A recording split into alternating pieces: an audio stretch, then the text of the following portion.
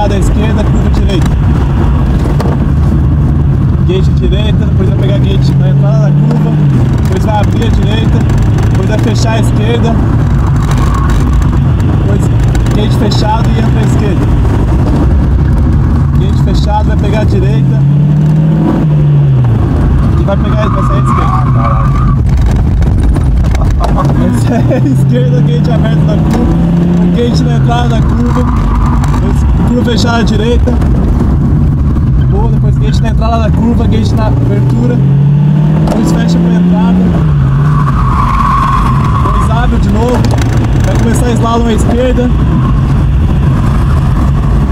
vai, boa, gate à direita, depois vai pegar a esquerda, gate aberto, curva fechada à esquerda, depois sair.